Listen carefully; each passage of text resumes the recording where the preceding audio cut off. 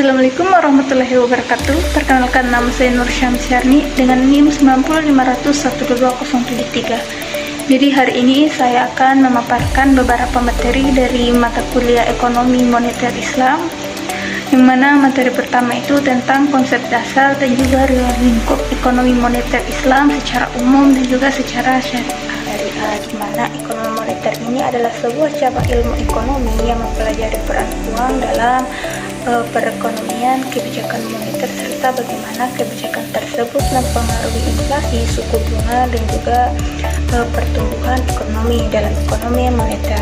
Selanjutnya mengenai teori dan juga konsep dasar dalam keuangan Islam, di mana keuangan Islam ini atau biasa disebut dengan Islamic Financial merupakan sebuah sistem keuangan yang didasarkan pada prinsip-prinsip syariah, di mana ditekankan pelarangan riba, gharar, dan juga melakukan sebuah bisnis yang dianggap haram. Dalam keuangan Islam ini terdapat beberapa akad atau kontrak, yaitu yang pertama ada akad murabahah, yaitu jual beli barang. Kemudian yang kedua akad ijarah, yaitu akad sewa menyewa. Kemudian yang ketiga akad wakalah, yaitu akad perwakilan, dan yang keempat itu akad istisna atau akad untuk pembiayaan proyek. Baik, mengenai dasar pemikiran moneter dalam sistem keuangan Islam ini didasarkan pada prinsip-prinsip syariah yang menekankan keadilan, keseimbangan, dan juga kemaslahatan uang, di mana ada beberapa pemikiran yang ditemakan. Itu yang pertama larangan riba, dan juga uang, dan juga yang kedua itu dimana uang sebagai alat tukar, bukan sebagai komoditas, dan yang ketiga pembagian resiko dan juga keadilan. Dalam perspektif Islam, uang ini bukan hanya sebagai alat transaksi saja, namun memiliki nilai moral, di mana ditekankan menggunakan prinsip syariah. Kemudian ada beberapa jenis uang yang dibedakan dari beberapa kategori, yaitu yang pertama kita lihat dari cara pembuatannya. Ada dua, yaitu uang logam dan juga uang kertas.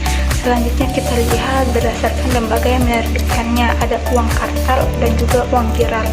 Uang kartal ini adalah uang yang diterbitkan oleh bank sentral.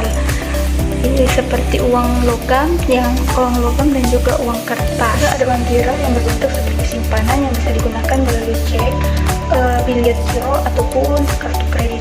Selanjutnya kategori uang dalam bentuk penyimpanannya. Ada uang tunai yang digunakan secara sah. Selanjutnya yaitu mengenai pasar uang syariah, di mana pasar uang syariah ini adalah sebuah pasar keuangan yang menyediakan instrumen keuangan jangka pendek yang sesuai dengan prinsip-prinsip syariah dan juga terhindar dari larangan riba, gharar, maisir, dan lain sebagainya. Karakteristik tertentu dari pasar syariah ini itu yang pertama larangan riba, dan juga berdasarkan akad syariah, di mana akad-akad yang sesuai dengan menggunakan transaksi akad syariah yang sesuai dengan itu antara lain ada wadiah, yaitu titipan yang harus dijaga dan juga dikembalikan. Terus yang kedua ada mudharabah, yaitu kerjasama antara pemodal dan juga pengelola usaha. Kemudian ada murabahah, yaitu jual beli dengan margin keuntungan yang disepakati. Dan yang terakhir itu ada musyarakah, yaitu kerjasama investasi. Itu tentang lembaga keuangan bank syariah, dan bank syariah ini memiliki beberapa fungsi dan juga peran penting dalam mendukung stabilitas dan juga pertumbuhan ekonomi, di mana dalam dasar hukum dan juga prinsip operasionalnya lembaga syariah ini beroperasi sesuai dengan prinsip syariah. Sedangkan lembaga keuangan syariah ini menggunakan sistem bunga dan lebih terbuka pada spekulasi. Selanjutnya mengenai pendekatan keuntungan, di mana lembaga keuangan syariah itu cenderung menggunakan sistem bagi hasil atau margin keuntungan yang disepakati. Sedangkan lembaga keuangan dan syariah mendapatkan keuntungan itu dari bunga. Kemudian dari tanggung jawab sosial, lembaga keuangan syariah ini memiliki tanggung jawab sosial melalui distribusi zakat dan infak.